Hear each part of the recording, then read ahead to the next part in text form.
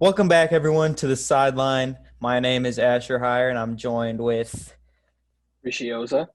and we have a pretty fun podcast today. Kind of different because um, a lot of the news surrounding the NFL and stuff is like around the playoffs and around big coach firings and coach interviews and coach hirings. So it'll be fun to kind of dissect into that for each of the teams that need a coach now. We'll also touch on the NBA a little bit, talk about the Grizzlies winning 10 in a row, talk about Ja Morant looking incredible right now, and then obviously talk a little bit about the Nuggets. We'll also hit on the big games that happened over the past weekend, too, specifically Chargers Raiders and Niners Rams, talk about the Colts choking away the Mm. playoffs. And then we'll also give you our bracket for the playoffs and our Super Bowl winners. So I Yeah. guess to start out, we'll just talk a little bit about the NBA. I know you wanted to talk about the Grizzlies. Yeah, I mean they're really starting to get attention just in like mainstream NBA now because I mean it's a 10-game win streak. You don't see that very often, but like they're just they're looking like a real threat. They remind me of the Nuggets 2018-19 when they just kind of they were the second seed out of nowhere. Really nobody kind of expected that. Even Nuggets fans, you're all surprised that it was that high um, that we finished. But they're the 4 seed right now. They've already beaten Utah. I think the one time they played. Um, Let me see. Oh wait, hold on. I can't see that right now. But they've beaten out of the top 15 records in the NBA. They have 17 wins against those top 15 records. Mm. They've beaten the Lakers 3 times.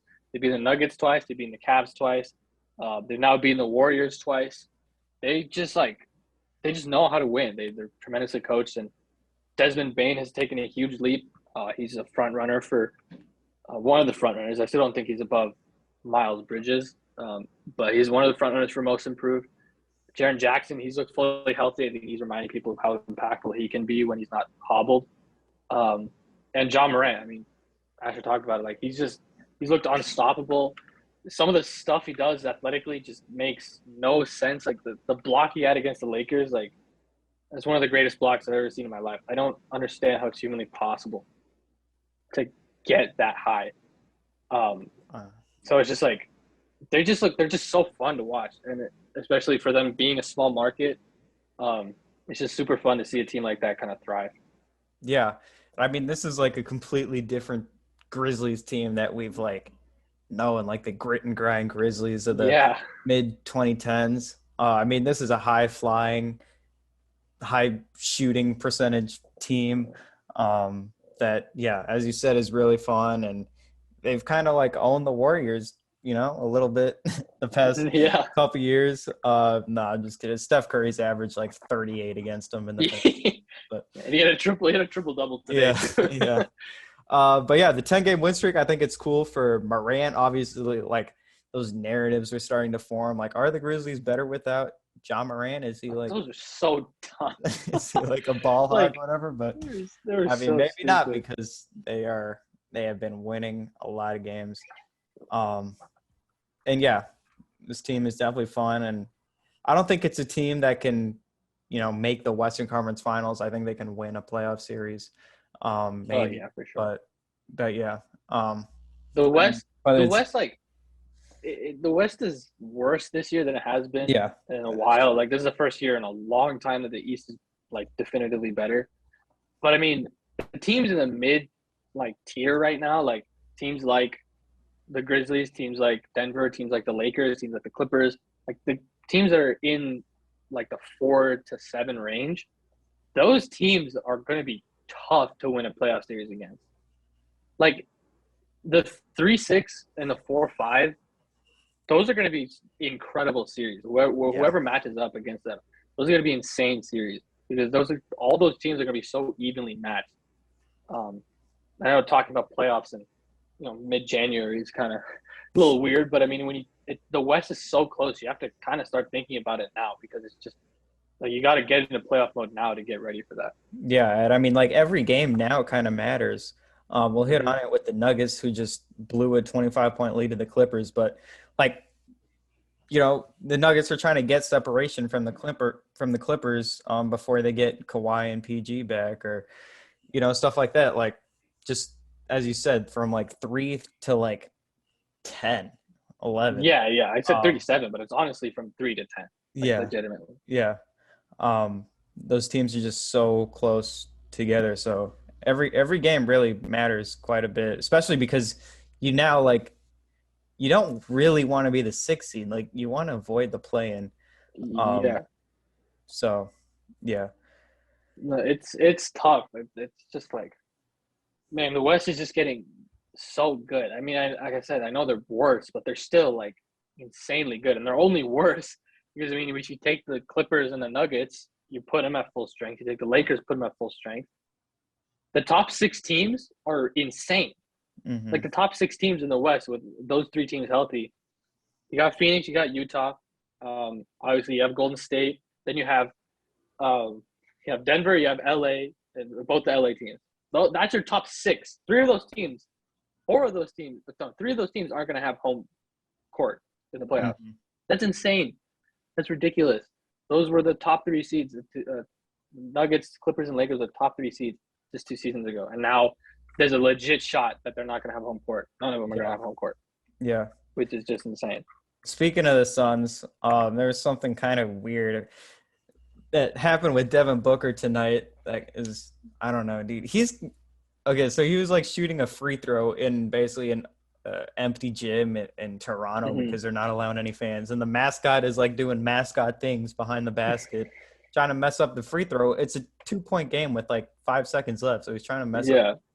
And Booker gets mad and like tells the mascot to like move over so he's not distracted. It's like relax, Booker. He's He just so also he's so petty with so these little things, man. he also was I remember a couple years ago he's like, oh, we're not doubling an open Yeah. gym. Like, come on, like, dude, they're training for NBA. Like, Hmm. they're gonna have to learn how to double. You're gonna have to learn how to play through a double team. Like, Yeah. you should want a double team. I mean, Just like, I like Booker's game, man, but it's just like, dude, I don't know. He yeah. couldn't get over like 10 wins without a Hall of Fame point guard, but whatever. Um, anyways, the Nuggets, as I've said, just blew a 25-point lead to the Clippers. Just horrible. They haven't won a second half since December 7th against the New York Knicks. Oh my god. 17 games ago, they haven't won a second half. So I mean, it's rough. It is definitely Oh, rough. and that's so crazy because even today they didn't have a 25 point in the first half. It was in the second half that they got it. Yeah. So even since that point, wow, that is. I didn't know it's been that long. I mean, the bench is Holy horrendous. cow. Michael Malone has not been very, good with his rotations. Really, Mm-hmm. like ever, to be honest, Yeah, in his that's career. his But one problem. He gets very attached to these players, and it was Torrey Craig when he was here. mhm. And the last couple seasons it's been Faku. And I mean, like I understand why you kind of get attached to them because they're just hustle players, and that he just gets off on that for some reason. Like he just loves it when players are hustle guys, and I mean, you need those guys on teams, but in crunch time, you cannot have a guy who really he wasn't able to defend. He wasn't able to make anything. This was his fourth game where he's played more than 20 minutes and didn't make a shot. And that's second most in the NBA. Mhm. Like, if you have a guy like that who's just unable to score at all, what's the point? Yeah. I would much rather have had Davon Reed out there. I much rather would have had JaMychal Green, who, I mean, the starting lineup with him has been great the last 3 games. I really don't know why He he barely wasn't in the even closing played lineup. tonight. Yeah. Yeah, they built up that 25-point lead with him. And then Yeah. they take him out and they don't put him in the closing lineup. He hasn't been in the closing lineup for the last 3 games when it's kind of gotten close. Mhm. I don't know. I don't know what the deal is. Yeah, JaMychal Green tonight. I'm just looking at the box score. In 18 minutes, he was a plus 15. And I know plus minus is weird, but Yeah. Campazzo was a minus 19 in 28 minutes. And it's just like when you got players like so here Campazzo was 0 for 6, Davon Reed 0 for 2, Bones Island 0 for 5, Austin Rivers 0 for 4, JaMychal Green 0 for 2. He took 2 shots. Jeff Green 5 for 16, 0 for 4 from 3. It's like, dude, the Nuggets shot 4 for 33 from 3. I mean, God, it's just so annoying seeing Jokic literally gets no help, man. And it's I know, and it's like it would be one thing if it was no help and he was still able to like get his own easily, but they can't give him the ball. mm-hmm. So annoying. There was I counted at least 5 possessions today, and there were so many more, I assume, but at least 5 possessions where the entire time Jokic had a mismatch on a guard or a smaller player, and they just could not give him the ball. Yeah. Like, I don't get how it's so hard to give him the ball. He had positioning. He had a smaller guy. He had a mismatch. You know a double is going to come when he gets the ball. And you know some of those guys have been playing with him for like 2-3 seasons, so you know what to do when that happens. Mm-hmm. But they just refuse to get him the ball. And I think that's, like, obviously it's on the players, but it's also on Malone for not being able to kind of emphasize that. Like, that he's the best player in the league, and you can't get anytime he touched the ball in the fourth quarter, a good thing happened. Yeah. Like, it was either Gordon Aaron Gordon got 30 points, but like at least all of them were spoon fed. They were all just spoon fed. Right, Aaron Gordon is good because of Jokic most games. Yeah. And like shout out to him for being a good cutter, and obviously he can. Yeah, he cut great. He was finishing at the rim too. Like most of the time when Jokic passes to people, they miss. This is why his assist numbers are down this season. But like Aaron Gordon was making the shots at the rim. Like I can't be too mad at all of them because of all the injuries. Like today, I mean, we're missing 4 perimeter guys. You don't have Will Barton, who's out, who I hope fans finally realize how important he is to the team. Because now you see what happens. He's the one guy that can actually create – he's the one perimeter guy that can actually create his own shot. Other than maybe like Bones, but like – he can't make a shot right now. So. Yeah, he's just in a big slump right now. And, like, I hope fans finally start to realize that. Like, he is so important to the success of this team. And he's a 4th option. I mean, he played so good when the Nuggets were fully healthy last year for that 2-week stretch. Because he was a 4th option. He's phenomenal as a 4th option. And then when MPJ was healthy, he was playing great because he's still very, very good as a 3rd option. But then – once MPJ started to go down, he just – I mean, we know that he's pretty injury prone, so he started to go down with those, and then he didn't have a good stretch. But, I mean, what do you expect? He's a 4th option guy trying to become a 2nd option and be a 1st option at the bench. Like, that's not going to happen. Yeah. But, like, you have him out. Obviously, you have Jamal Murray out. You have PJ Dozier out, who is a good penetrator and a good creator.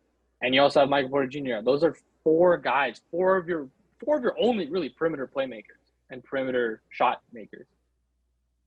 So, like, I can't really get mad at Malone as much. I mean, I am mad. I mean, he didn't coach a good game. There were better options out there. But, like, when you think about it, like, he should have benched Facu. It was like, Davon Reed wasn't playing very good. James Ennis it's a 2nd game. Rodney McGruder wasn't active, but do you really want Rodney McGruder over Facu? Do you really want him over Austin Rivers? Like, there's not many options. That is true. Just the horrible part. But, just the thing with Malone, though, it has been a common, as you were talking about, like, occurrence where he just messes up rotations and stuff really through his whole tenure. But obviously it is hard with those injuries. It's just ridiculous how the Clippers score 28 points in the first half and you lose that game. Like 28 points is like a decent quarter. Yeah. And you hold them to that and a half and you lose. I mean, and this is 2 straight games in LA you've blown versus the Clippers. Big lead, yeah. That you've blown without Paul George. They didn't have Paul George either game. Yeah. I mean, it's just you've blown those leads. You've done it so many times. You would think professional basketball players would know to like not like play like a YMCA team when you're up 25 points. Like you would, after seeing all these blown leads, you would think, that they would just keep playing like how they've been playing the entire game. But like they did not have a center like most of the second half. The Clippers went small ball the entire second half almost. Yeah. And the Nuggets saw that and just started jacking up threes Dude, after they oh got a my big God. lead. There was this one play straight out of a timeout. Okay, straight out of a timeout.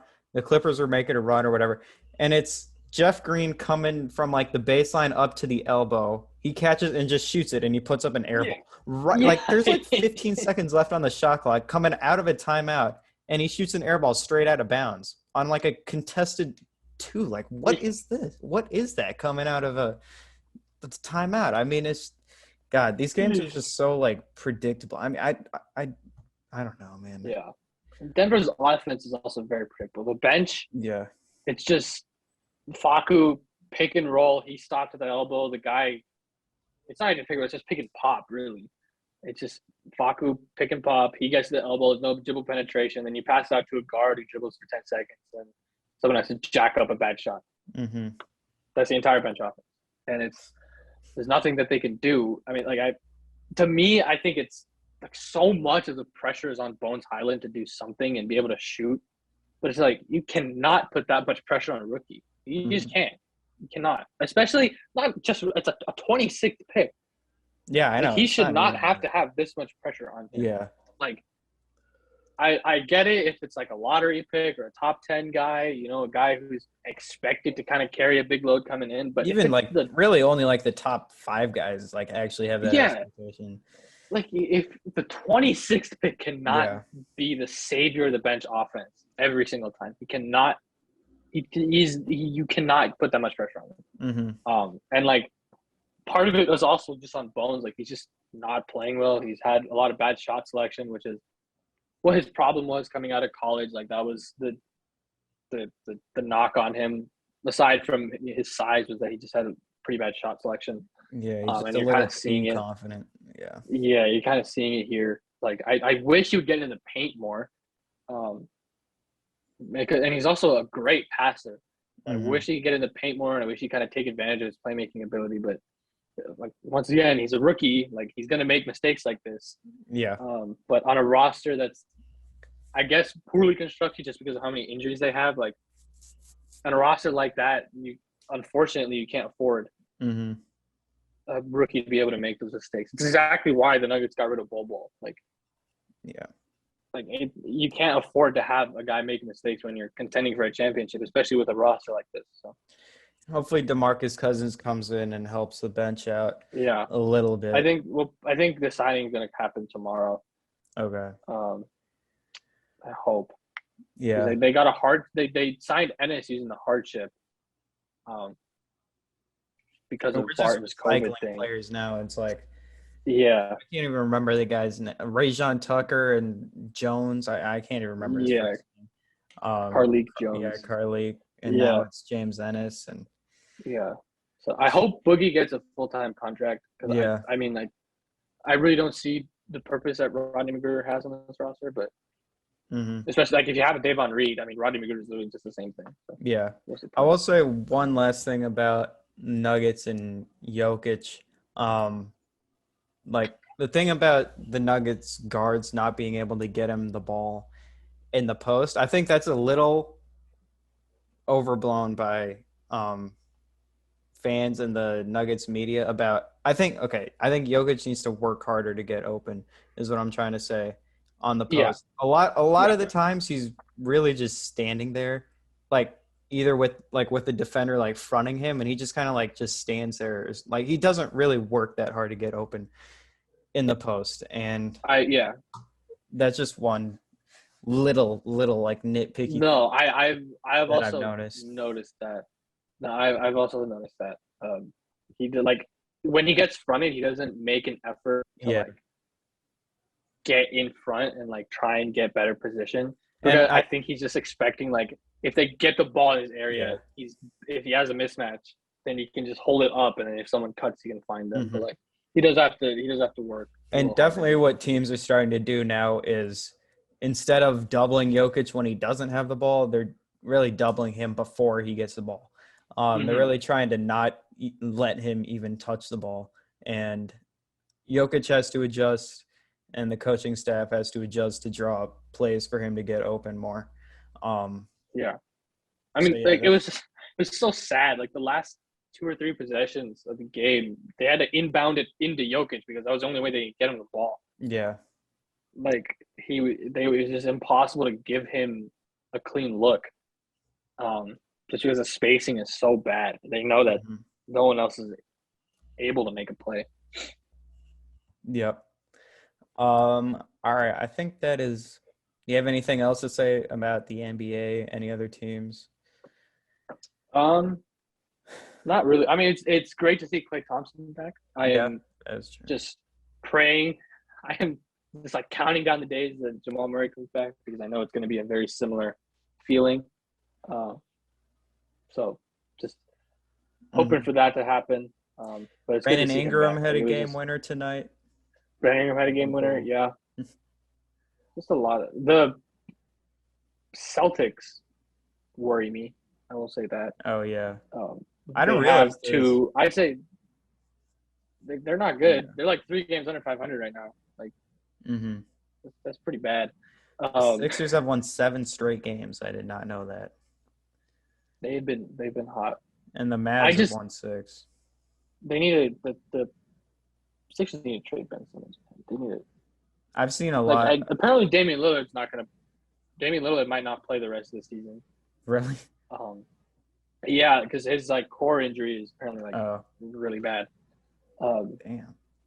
but yeah, I think they're trying to tell him to get surgery, but he doesn't want to get surgery. Hmm. So that I wanted Ben Simmons to get traded to Portland for CJ McCollum, but if Dame isn't healthy, then there's no point in doing that. So Bro, the Blazers are in the play-in with a 16-24 record. That is, they're what?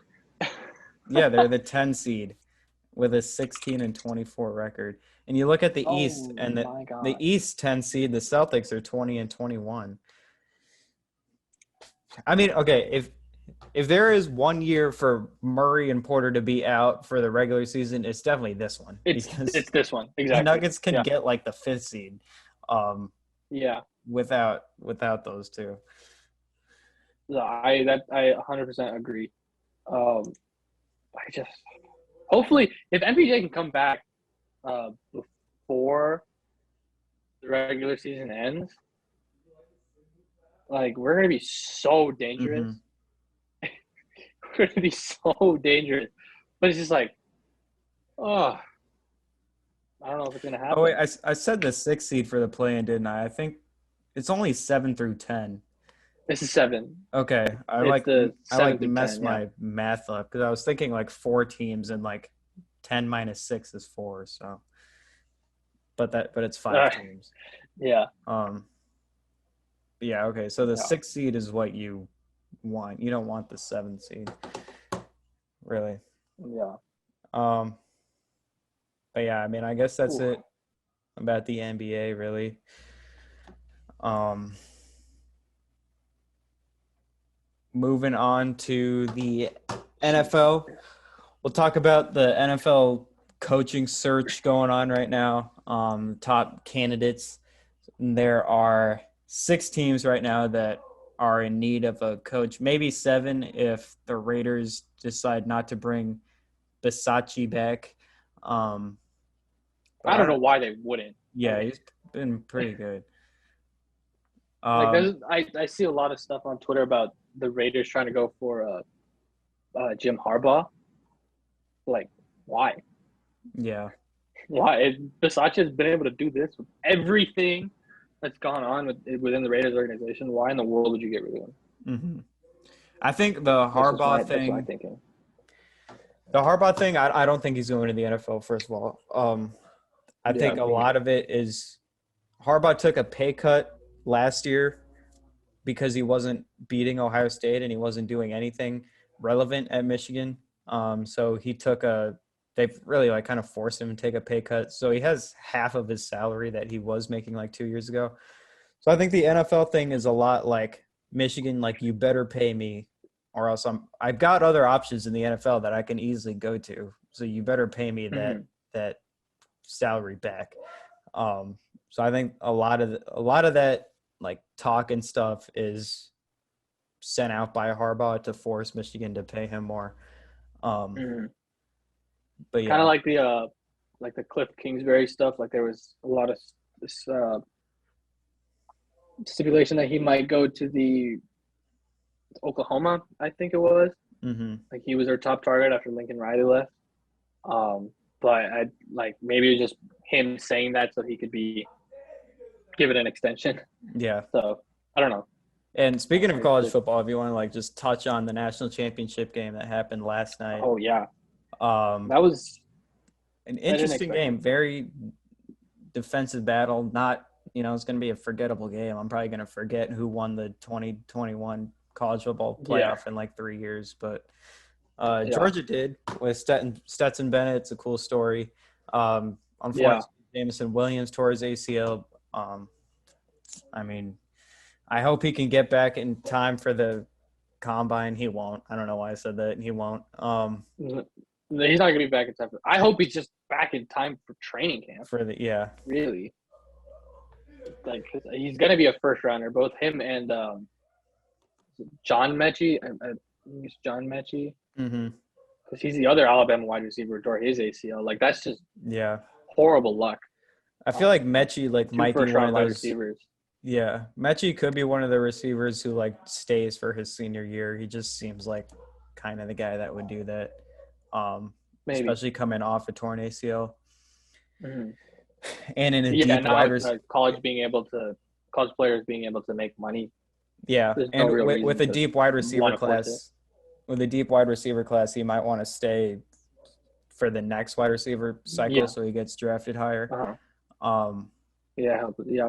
So I mean, I could see him staying. Maybe he won't. A lot of the top wide receivers got hurt. I mean, did Chris Olave get hurt? No, he just got hurt, right?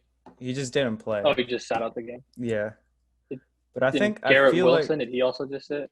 Yeah, I feel like Jahan Dotson might have. I don't know if he got hurt. I don't know. Drake London. That's what I'm saying. Oh yeah. I think he might have tore his ACL or did something. Yeah, he was out. I mean, that's 3 first-round wide receivers. Mm-hmm. Yeah, that's 3 first-round wide receivers who are going to be out. Yeah, that's crazy. But all right, back to the NFL coaching search. The Broncos have really ramped up a lot of they're going to interview a lot of people, and I like it. I'm pretty sure it's I like it too, but I'm pretty sure the number is 11. Okay, and there might be even more. I don't know. It could be more. I mean, try and find the exact number. But I like what the GM George Payton is doing.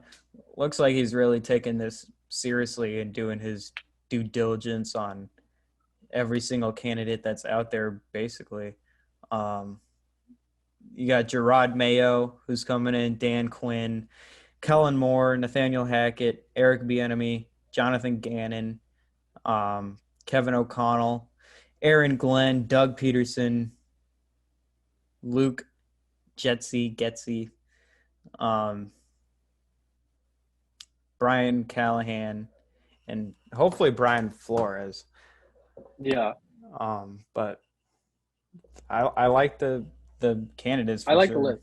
I really like the list. When the first few names came out, it was obviously Dan Quinn, who is I believe to be the favorite right now. Yeah. So it was Dan Quinn. It was Gerard Mayo. It was these defensive guys and the fan base, as all fan bases are, overreacted after 2 interviews. Like, oh, we're going after a defensive coordinator again. Then it came out, oh, Kellen Moore, you're going after. Mm-hmm. You're going after Nathaniel Hackett. You're going after the 49ers offensive coordinator. You're going after more offensive guys. It's like, okay, Peyton is not Elway. I think we've seen it. George Payton is not John Elway. He is going to have a different approach to this than John Elway did. Yeah, so I trust it. He's giving me no reason to not trust him so far. So I'm looking forward to it.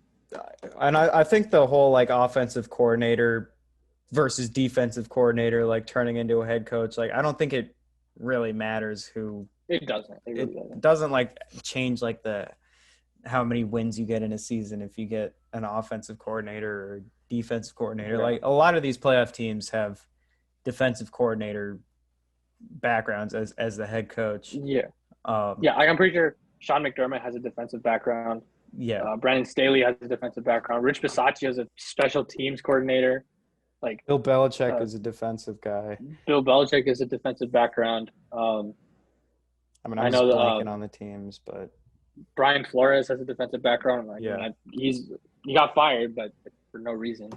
Um, and like a lot of good team coaches have defensive backgrounds. It's just their ability to be able to get a good offensive coordinator. yeah. Because So I would say my like favorite candidates right now, not in like order. I would like Dan Quinn because just the way he's turned around that defense and he's got head coaching experience, which after watching Vic Fangio, I think I like because he knows how to use the clock and stuff like that. I like Kevin O'Connell, the Rams offensive coordinator. He seems like one of those McVay genius type of people coming off the McVay branch. I like Aaron Glenn, the way he played with that horrible roster in Detroit. I just don't know if he's ready yet for a head coaching job. Doug Peterson, I wouldn't mind either because I know the playbook, which Doug Peterson, I know the plays are going to be pretty good for the offensive side. And then other than that, like people really like Kellen Moore. I don't think I don't he's know. as good as I think he's too young. Like yeah. Sean McVay was a head coach when he was what, like 29, 30 Mm-hmm. probably. Like Kellen Moore's older than that. Kellen Moore's 33, but I don't know. He just doesn't seem like a guy who's ready to be a head coach right now.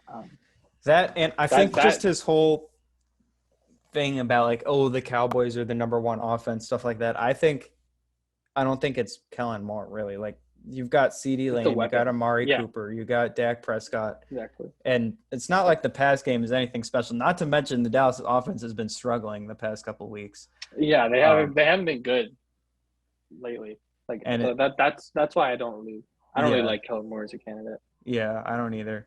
Um, Nathaniel Hackett, obviously, if you can bring in Aaron Rodgers, like please. But Yeah. I mean, I don't know about Hackett. Bieniemy has been really bad in previous interviews, I think. So Mm-hmm. I don't think he'll get hired. Jonathan Gannon, I don't know. That's just kind of weird. The Eagles defensive coordinator. Yeah. I'd rather have like Dan Quinn over him. And then Luke Jetsy, I don't really know anything about other than he's the passing game coordinator. Brian Callahan, the OC for the Bengals. I don't know. So He also has. I mean, he has ties to Denver. I think he was an assistant. I don't remember what type of assistant, but he was an assistant when Manning came, and then when Manning left, he also left. I think. okay. I would be. He's. I mean, Bengals offense wasn't that good last year, and just getting Jamar Chase this season, I don't think makes this much of Mm-hmm. a difference. So I would be. I mean, I don't know. I don't know. I would say like my preference would be to get either Dan Quinn or um like someone else. I forget who I just said. Dan Quinn or like Brian Flores or um Kevin O'Connell. And then so if you get a defensive guy as your head coach, like a Dan Quinn, I would like to see them bring in the Niners offensive coordinator. I know it's Shanahan calling the plays, but there's been a lot of like positive stuff about their offensive coordinator, Mike McDaniel. He's a young guy. He is one of those genius guys too, and he apparently designs all of the run plays according to Kyle Juszczyk. I saw, and obviously that their run scheme is the best in the NFL. Yeah. The way that they use other players and the way that They actually hand it to people on jet sweeps. yeah. Mm-hmm. So I would like him. I think he had Broncos connections. Someone was an intern with I think it was him. He was an intern with the Broncos. Mike McDaniel? Yeah. I think it was him. Like his first job he got was with the Broncos. Let me see. Uh, Yeah, my preference. he's from Aurora. Okay. So, yeah, I've seen a lot of stuff for Mike McDaniel to be our offensive coordinator, but a lot of people are like, oh, why would he do a lateral move at best? If you give him an assistant head coach title as well, and obviously a pay raise, I think he would take it. And you give him the playbook, like he actually calls. He doesn't call yeah, the plays. you give him play calling, you give him a higher title, and you pay him more. I think that the Broncos roster is just as talented as the 49ers, so I think that would be like I think he would consider it at least. You give it a hard think, but I would love to get Dan Quinn as head coach. The more I think about it, the more I'm warming up to it. Like I said, I really wouldn't have a problem with anybody that George Paton chooses, because I don't think that he's given us a reason to think about it or to discredit him. Like, he's never given us a reason to doubt him. So I like you said, I like the idea of getting Dan Quinn, a guy who has head coaching experience. I think he's the only guy besides Doug Peterson who we're interviewing who has head coaching experience. And then for defensive coordinator, I mean, Ed Donatel hasn't left yet. He's still here. I'm fairly certain. I honestly don't think he's got to replace him. Because if he's able to keep some of the Fangio scheme, like, I mean, the defense was the best part of the team last year. Like, I really don't see a reason to replace him. But if you are trying to replace him, which I think George Paton is thinking about, because a lot of these guys doesn't really make sense to being a head coach. Like Gerard Mayo, I really don't think he's interviewing to be a head coach. Like, I mean, we're interviewing for a head coach, but I don't think that he's doing that, because he is.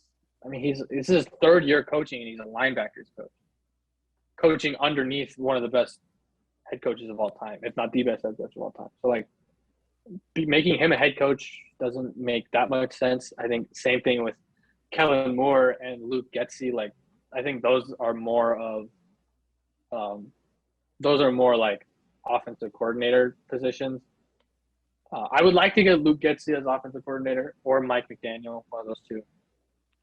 I like Luke Getsy's. I mean, obviously he has the Packers ties, and if you can get Hackett to be offensive coordinator, I'd like that too. But why would he do that if he could stay in Green Bay and keep Aaron Rodgers?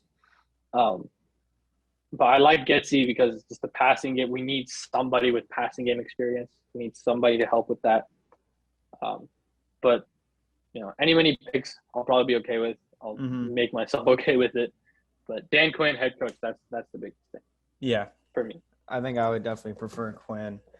And then if you get Quinn, you don't really have to worry about getting a bona fide defensive coordinator either. Yeah, because exactly. Quinn is gonna call the plays.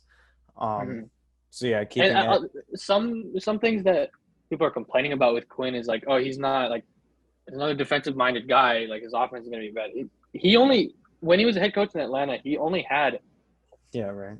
Excuse me. He only had one season out of the top 10 in total offense, and that was his last season there. Like, every other season, they had a really good offense.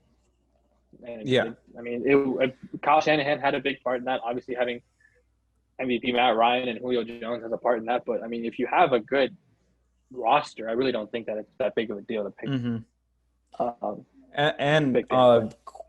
The 1 year Quinn was there without, or one of the years Quinn was there without Kyle Shanahan, I believe it was, I don't know what year, but I know he coached 1 year without Kyle Shanahan and they had 10 wins. So, I mean, he can win games without Kyle Shanahan. And no, for sure. And the other thing is, like, the defenses that he had in Atlanta, like, weren't, like, they were bad, but they were like, they had nobody there. I mean, Vic Beasley was their best pass rusher their Super Bowl season. Like, Vic Beasley hasn't done anything since. So, like, you give him a team, or a roster, defensive roster, the caliber of Denver. Like, he's gonna. And it's not even like the Cowboys are like uber talented on defense either. Yeah. So Their So yeah, secondary isn't very good. They have a great front seven, but their secondary is very, very leaky. Like Trayvon Diggs, obviously we know like he gets the picks, but he also gives up a lot. They don't have a lot of safety help. You get the best safety in the league in Justin Simmons. You get a stud in Patrick Surtain. If you keep the pick, which I doubt Denver does, you keep that first round pick, I would assume they go either offensive tackle or defense. I think those are probably the two picks that you have. hmm If you get one of those two, that's even more help. Like, there's a lot of talent on this roster. I think that Dan Quinn can work with. yeah.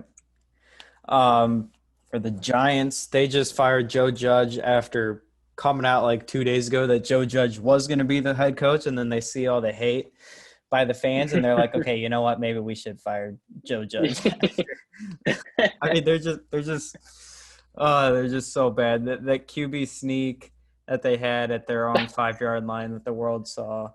Um, God, the Giants have just been. I know they got Jake Fromm, who Jake Fromm is a third string quarterback at his peak. Yeah, I would say. yeah, Um, so I know they have him, but it's just, yeah. I mean, I think you needed yeah. to make that fire, even though I don't think Joe Judge is the worst. That oh my God, you see the press conference he had like 2 weeks ago about, you know what I'm talking about? Was it about him like talking about Washington fighting on the sideline? Well, there is that, but also with him saying like, I've got former players always texting me saying like, man, I wish I stayed in New York. Like What? they text me 2 days a week saying I wish they stayed in New York. We've got players on the team now that text me saying I want to be in New York for the rest of my career with you. It's like, dude, just so like defensive about everything, and Yeah. it's like, no, you don't. There is just absolutely no way you have former people in different teams texting you 2 times a week. Like, okay, on Monday, like he'll text like, "Man, I wish I was in New York," and then Thursday he texts the same exact thing. Like, no, that just doesn't. There's just no way. Um, so even though I don't think he's like the worst of like coaches, just the stuff he's done over the past month has been really weird. Yeah. And obviously they've been losing a lot of football games too. So he's Yeah, gone. good pick. Brian Flores, God, this one pained me to see him. I know, like I the thing don't that get like one of the reports was that him and the GM didn't agree on like the Deshaun Watson thing. Like Brian Flores wanted Deshaun Watson and like he would give up Tua for Deshaun Watson, and GM was like, no, I don't want to give up Tua for Deshaun Watson, or he didn't want Deshaun Watson on the roster. It's like if that's what you fire him over, I mean, come on. yeah. Like, would you really choose? It's but there.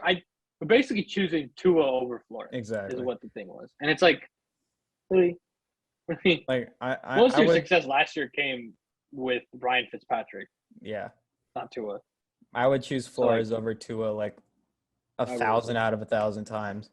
I think this. I've heard that it started in 2019 with the Dolphins owner, who's a real idiot, Stephen Ross. Just That a is also true. multi-billionaire guy. Whatever. 2019, he wanted a tank for the number one overall pick, because it was the whole tank for Tua thing back then, that Tua was the guaranteed number one overall pick or whatever. And then there was Minka Fitzpatrick forced his way out. Other players just quit. Mm-hmm. But he led that team to 5 wins, like a horrible team. Yeah. That was supposed to be the number one overall pick. That was supposed to go 0-16. And I think Stephen Ross wanted that.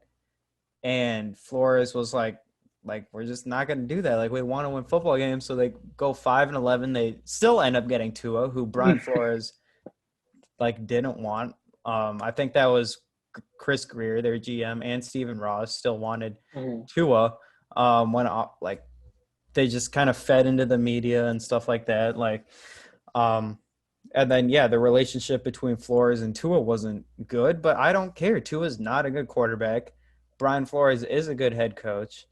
And just the way that they dealt, like the way that it just came out of nowhere about Flores being fired is just, I think it's a sign of dysfunction within the organization, because it seems like Chris Greer and Stephen Ross just kind of like form their own, like it's them against Flores, and they weren't gonna like leak it out to anything. They were just like, because if they started to leak it out, um, I definitely know Dolphins fans and NFL fans would be like, "What are you doing? Like, why are you firing this guy?" So they're just like, "We're not going to leak anything out. We're just going to fire Yeah. him before any of the backlash starts because we don't like the way Flores has been treating Tua or the relationship."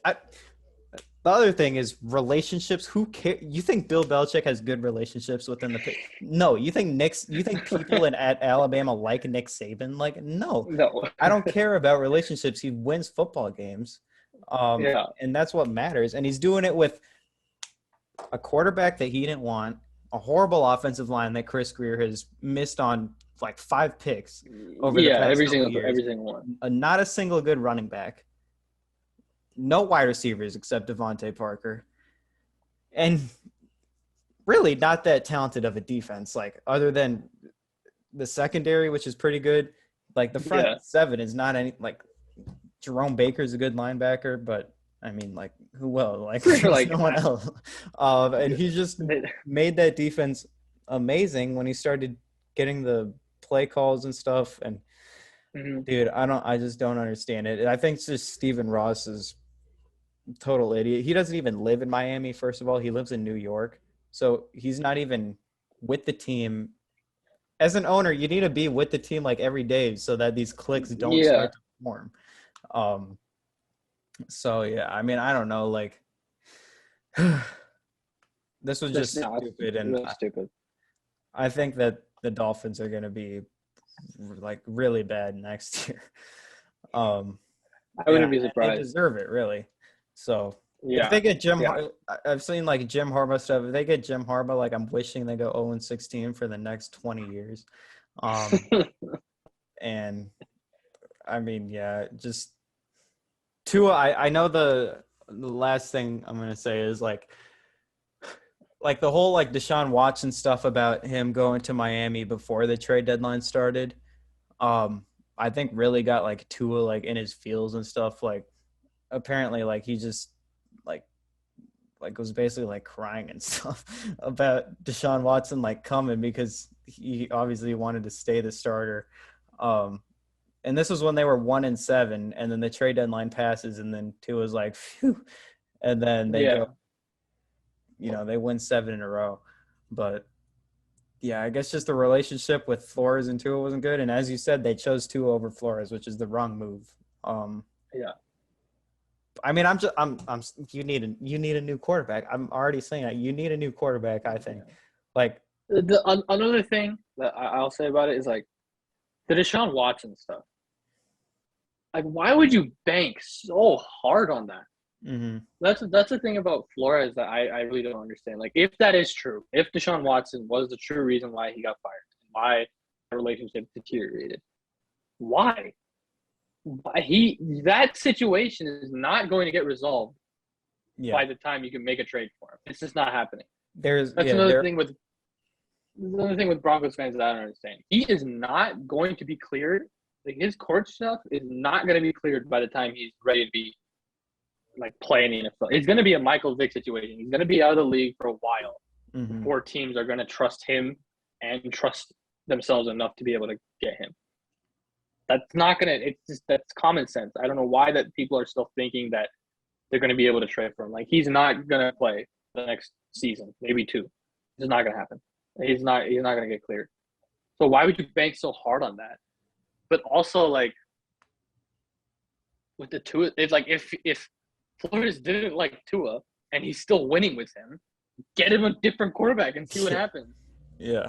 Like I don't get it. That is the thing about Flores, like the Deshaun Watson thing, and also I think he went through like 4 offensive coordinators in his time there. In 3 years, he kept recycling offensive coordinators, but it's like, I'm sorry, no offensive coordinator is going to produce with Tua or the offensive line. Honestly, it's mostly the offensive line. They had the worst offensive line by a mile. Like that is fair, but horrific. But like Tua Absolutely also gonna can't throw the ball over 20 He yards. can't. He wouldn't be able to throw it like 40 yards anyway. So But yeah. that's just that situation baffles me Mhm. so much. I really don't understand why Dolphins that fans happened. also like piss me off. They're just so unrealistic about like Tua. Like he's just I don't know. Man. They just think like a lot of them like Tua, but I think they're just forcing themselves to like believe in it because like that's been their guy since like 2018. So they're just forcing themselves like into liking him. And Yeah, there's like the whole like Tuanon thing on, on Twitter. Like not the QAnon, but the Tuanon I haven't that heard of that. that think No, that's funny. that think he's actually good. Um, watch. I guarantee they're not going to win more than 4 games next year. 4-13 is their max potential offer. I don't know another coach better than Flores in this cycle. Like Mhm. I honestly don't. Like I think that even if they offer a guy like Dan Quinn or a Doug Peterson, like they're gonna have better offers to take. They're gonna be able to go to better rosters and better That's situations. the other thing, yeah. Like if Doug Peterson gets an offer from Minnesota or something, he's gonna take Minnesota over Miami. If That's Dan the Quinn other, gets the offer from Denver, he's gonna take that over Miami. yeah. Who's going to be like? Okay, so the stat with Flores, this is the first time since 2002 that they've gone over 500 in back-to-back seasons. What coach is going to look at that and be like, okay, like Flores turned around the team and they still fired him? What coach is going to want to go Yeah, into that situation with a exactly. horrible owner and a GM who has not really done anything? Like no one is going to want to go in that situation. We're not No. even talking about the current roster. Who wants to go into an offense like that? Like no one wants that. Yeah, like you gotta rehaul that entire offensive line. You Yeah, gotta add another two receivers at least. I mean, Mike Gesicki is great. I think he's like the one guy who you can be pencil in and be like, yeah, he's gonna be there next year. you need to add That's a the only guy. competent running back. You don't have a single running Yeah, back. Um, it just doesn't make any sense. It really mm-mm. doesn't make any sense. I mean, And I was talking Stephen with a guy Ross. earlier about the Giants situation. It's kind of similar to that. Like, what coach is gonna look at that Yeah. situation and that dysfunction over the last 5 seasons and be like, why would I want to put myself in Mm-hmm. there? Why At would I least do they that? did What's the point? fire. This is the other thing that I think there's dysfunction. Anytime the organization fires a head coach without getting rid of the GM, or fires the GM without also getting rid of the coach, that's dysfunctional. It just is. And Yeah. the Giants fired both of them.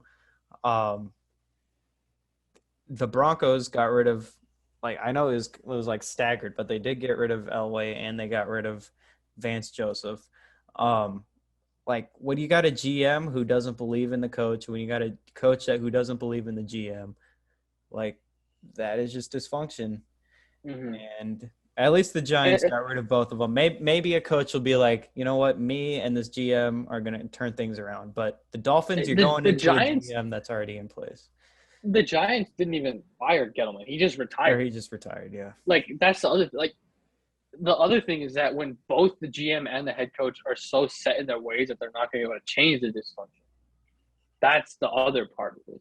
And Mm-hmm. that's what was the problem with the Giants. Neither Judge or Gettleman cared.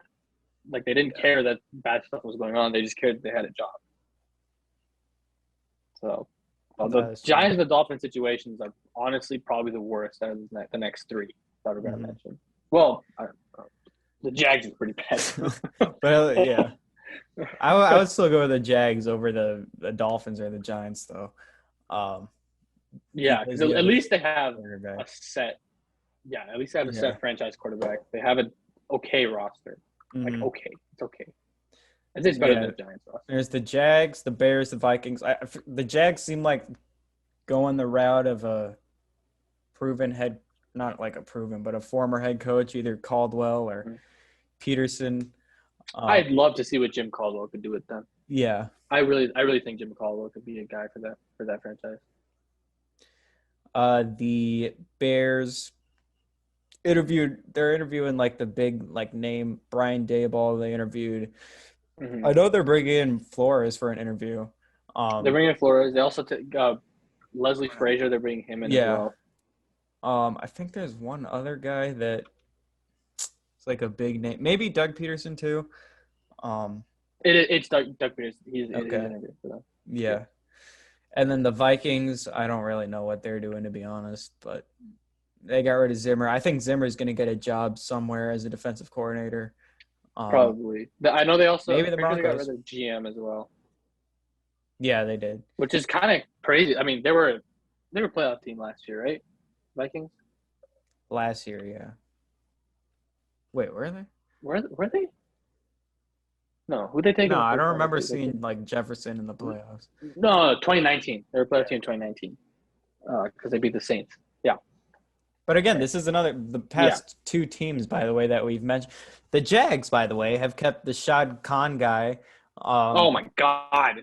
and their other GM, the clown guy, who everyone is, oh my Yeah. God, Balky, Trent Balky or something like that. Yeah. Yeah. They're saying Yeah. fire Balky and all that. So again, that's another dysfunctional team as they keep recycling head coaches. But then you look at the Bears and the Vikings, and they do the right thing, and they get rid of both of the guys, Ryan Mhm. Pace and Nagy, and then you got rid of Spielman and Zimmer. So Yeah. But I was like George Payton came over from the Vikings, mhm. become the GM of the Broncos, and like he left at the perfect time. The Yeah. perfect time. Because I would like that he probably would have gotten let go too if he stayed, Mm-hmm. honestly. And then That's true. I guess to be the GM of a rising franchise. Hopefully with a new owner soon. Joe Ellis has really turned around a lot of people's opinion on him lately. He said in a press conference today, he said because the something with the court stuff, I don't remember what exactly it was, but now the last obstacle for the Broncos sell team is gone, so they can finally sell it. Um, they said two ownership groups are probably the front runners, with one's headed by Peyton Manning, the other by John Elway, which is I don't know. I don't like that. I wish they would Definitely get would together. rather everyone would rather have Peyton Manning, and I think that Yeah, would I think everyone would rather have Peyton Manning just be because amazing. Elway's going to be a part of Yeah, the team regardless. I would rather players have are both of gonna them in there. want to come play for Peyton Manning. They just are, Exactly. and Exactly. quarterbacks too, dude. Like imagine like Aaron Rodgers Yes. and Peyton Manning, bro. Yes. Um, Yes. So that yeah, I want Peyton more just because I just him being yeah, the owner would just be so funny. Also, like I don't have a problem with Colts fans. I really don't. But it'd just be so funny to like shove in their face no. like, yeah, he's a Bronco. He Yeah. owns our team. He owns our team. Doesn't do anything with your team. Just built He him a does statue and not. He everything. does He owns our not, team instead. dude. Anything. He's just not associated with the Colts anymore. He doesn't want to live in Indianapolis. He goes in the Hall of Fame like as a Bronco, pretty much. Yeah. He lives in Denver. I He's saw gonna buy he's the team. fun fact. I saw he is selling his house. I saw his house because I know where he lives. His house is for sale. Um, Oh. just I was like driving by there for like Christmas like, lights and stuff, and I'm like, oh shit, his house is for sale. So maybe he gets 10 million for that, and he puts it to to the ownership stuff. Um, I know there's a story about Peyton Manning, and then I guess we'll move on into the mhm. playoff stuff and the games. But one of my close family friends, they're on the highway in Denver, and their car breaks down, and this guy in a Porsche comes up behind them. He's like, "Hey, you guys need help?" And the dad is it's an Indian thing; they don't like to accept help from anybody. So he's like, "No, it's fine. I got it. Get out of here." He's like, "All right, fine." He drove off, but then the daughter looked up, and he's like, "Dad, that was Peyton Manning." Oh, really? Damn. Which is like, Just saying no to Peyton Manning. yeah. Damn. I think there's like five parties maybe that'll try to buy It's the five or Broncos. six. Yeah, Five so or it's six. Elway, Manning, and then maybe like maybe Jeff Bezos gets in there, maybe Jay-Z gets in there. Yeah. Um, and then maybe just some random rich family, which I hope The doesn't the happen. thing is, if Jeff Bezos really wants to buy the franchise, who's outbidding him? Yeah, no Nobody. one. No one's outbidding Jeff Bezos. You kidding me? Mm-hmm. He would have 10 billion. No one's coming close. No one's like, yeah, dude, Yeah. have it. And it wouldn't make a dent for him. He'd be fine. That would be kind of weird. Really, I wouldn't like completely just oppose it. Like at least as long as it's not some old billionaire guy that just buys Yeah. the team, Yeah. I'm fine with it. Like Mhm. all I these want it to owners be who are just- somebody. I want it to be somebody who at least likes football. yeah, That's what I want. Somebody who either has been in the league before or who at least just enjoys football and like just wants to be a part of the football experience instead of somebody who wants to be in there and be able to control everything. yeah, Like, right. somebody who enjoys football wants to just be a part of the experience while also being a good leader. That's the big thing. But if it's some guy like Jerry Jones who just like wants to be able to control everything, just like, please, no, Mhm. I'll pass on that. Yeah, for sure. All right, I guess back to like football gameplay now. The Colts choked away the playoffs after losing to the Raiders 2 weeks ago, and then losing to the Jacksonville Jaguars and getting just destroyed by them. We talked about it. Like we were like they haven't won since 2014, right? Yeah, and they still have 6 years in a row now. I think maybe like 7, maybe that they haven't won in Jacksonville. just insane. This game wasn't even close. Like at any point. No, it was a blowout the whole way. Maybe Blowout the maybe entire when like way. maybe when the Colts were like, okay, like now this is the time that the Colts are gonna go down the field or something, and then Carson Wentz throws an interception. So it was a pick, exactly. I think he had It's 3, just right? So bizarre. Mm-hmm. It was so bizarre. I mean, we both thought this team was just talented, and we both thought like this could be like a dark horse, like AFC champion. And yeah, they were bad. Like I saw somebody tweet like the Colts went from a team nobody wanted to see in the playoffs to a team nobody's going to see. Like that's just ridiculous. Yeah. Like that's just ridiculous. Carson Wentz, man, he really ended this year just horrible. Like his accuracy wasn't there. His decision making obviously wasn't there, and it's concerning for Carson Wentz, man. Like he played well this season, but if he starts out next season like he ended this one, like could be the end for Carson Wentz. Yeah. That just really sucks. He's one of the most exciting quarterbacks in the league when he's going, but he's just God. Oh, that is just rough. That's just like horrible. That's just so bad. Yeah. My team though, the Niners, who I've just really been wanting to get in the playoffs, who I think is really still good. Beat the Rams. Jimmy G, man, that last drive by Jimmy G, I was like, oh man, my God. That's the best Jimmy G has ever looked in his career. That was impressive, especially with the second half. I don't know what they gave him. I don't know if they gave him crack or something in the locker room, but the second half, just in general, I mean, he was great. Yeah. But that last drive, like, Jesus. Not to mention the Rams defense was also great. They made big plays against Stafford, who once again keeps turning the ball over. But they made those interceptions against Stafford down the field, and yeah, I mean we'll get into the bracket, but I like the Niners a lot. Me too. I really like them. Yeah, and then I really like Elijah Mitchell as well. Like I think he's stepped up and he's played great. We both thought that if Jimmy G starts, they're not going to win. Those were our picks last time. Like if Trey Lance starts, weren't they down like 17-0? They were at halftime. They were down 17-0. Yeah, so second half, I don't know what happened. Everything changed. The entire game just changed. Like they scored on their first drive, and then they started to get stops, and then it's just like crazy. Jimmy G looked healthy in the second half. I don't know what happened. Yeah, I know. Like his whole thumb thing. I really don't know how it just all changed. Yeah. The Titans got the number 1 seed.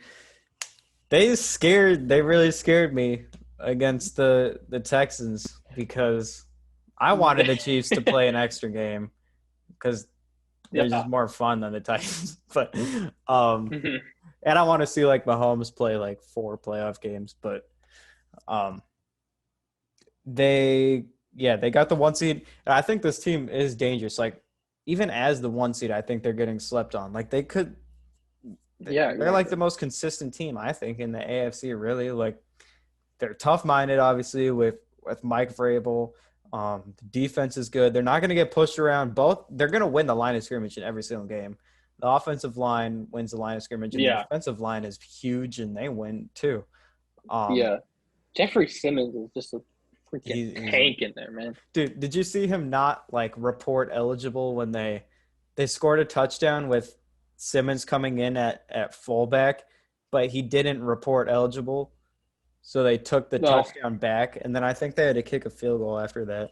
But it's just like one Oh of my those like gosh. weird rules where if you wear 90 or above, you have to like tell the ref like I'm in the game. It's stupid, but um, yeah, he didn't report eligible, so they took away a touchdown. But once they get fully healthy, or when they're basically almost fully healthy now with Derrick Henry, I think due to come back, if not the Yeah. first playoff This game, the that's second the playoff the game. biggest thing by them getting a bye means that they get Derrick Henry back healthy. Yeah. Maybe not 100%, but even 85% Derrick Henry is best running back in the league. Mm-hmm. Like he's still just gonna mow over people. And Yeah. it's just that's terrifying. Absolutely terrifying. And then with AJ Brown and Julio Jones back, Tannehill looks Mm-hmm. good. Um, with He threw both of 4 touchdowns. Like yeah, that looked like his best game of the season. He was on point. and even without Henry, really, to be honest, like the running game is still pretty good. Yeah, Obviously, Donta it's not Freeman has been great, pretty but good. it's good. And I think if you just can't have Julio or AJ Brown go down. Like I think the Titans need Mm-hmm. both of those guys because it's just too much to ask out of Tannehill to play better without AJ Brown or Yeah, Julio. Um, yeah, and I think that's the reason why they lost that first Texans game, right? I mean, yeah, they had to rely all on Tannehill because I think Henry was hurt at that point, AJ and they Brown didn't was have hurt. Julio or AJ Brown. Yeah. So, but if they're fully healthy, man, that is a dangerous, dangerous team. Mm-hmm. That one play by Tannehill to ice the game, where like the Texans had the momentum. It was a third down, and they would have had to punt it, and the Texans could have came down and scored a touchdown to win the game. But Tannehill like escaped out of a sack. I don't know how he did it. Like I thought he was definitely getting Yeah, sacked. He escaped out of it, rolled yeah, out yeah, right, yeah, and then yeah, yeah. found. I think it was Westbrook Akina out there. Yes, Um, yeah. and that iced the game, and I was happy to see that. Um, but yeah, I think they're No, scary. I think I mean, I think they could be a Super Bowl. They could win the Super Bowl. I think. Um, just absolutely. just they have If this. everything goes right on the NFC side, I could easily see them winning. Yeah. There's definitely a path for that to happen. Mm-hmm. Chargers Raiders. This was the last game of the year, and it was the game of the year. This is the most As insane ending. Like dude, I was watching with people in my room, and I'm just like, the Austin Eckler scores a touchdown with like 5 minutes left, and I'm thinking like, is this really gonna happen? mm-hmm. Like they go for two and they get the 2-point conversion, so it's 22-29. I'm like, is this going to happen? Like, is the tie gonna happen? The Jags lose, or the Jags won, Yeah. so a tie gets them both in. You're thinking, is this happening? And then they got to punt it away. And then Justin, that last drive, man, Bro. that was ballsy, man. Some of the throws, the throw to Mike Williams on 4th and 9 was unreal. Like in real time, from the angle that they show on the broadcast, it just looks like he was open the whole way, and it was an easy throw on 4th down. But when you look at it from the back, and you look at what Justin Herbert sees, the window to throw that 30 yards down the field is It's insane. it is tiny. It is so tiny. And he fit it in there just perfectly. And they went 19 plays for like 83 yards. It's just like, oh my God. That was the Not most insane ending I've ever seen. and they converted the 4th and 21 when they were down 15. Yeah, Um, yeah.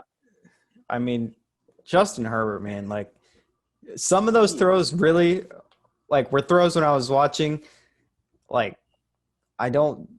I'm like a huge Mahomes guy. There's some of those throws where like I don't know if Mahomes can make that I don't throw. know if any other quarterback can make And that throw. yeah, or any other They're quarterback just really, except ridiculous. maybe like Josh Allen if he gets lucky just because of his um His throw arm. power. But dude, like how many 4th and 10s were there on that drive? At least It's four, maybe four. like They're four, four. and he converted Okay. all of them. Yeah. It's just insane. They had 19 points in 2 minutes. Mm-hmm. It's ridiculous. Dude. It doesn't make any sense. Logically, that shouldn't be possible. Yeah. And they I did was it. hoping the Chargers would make it. I was wanting to tie so bad. No one wants I the was Steelers in the playoffs, praying. man. No I one. was But the praying Raiders, for it, bro. there was that timeout or whatever Mm-hmm.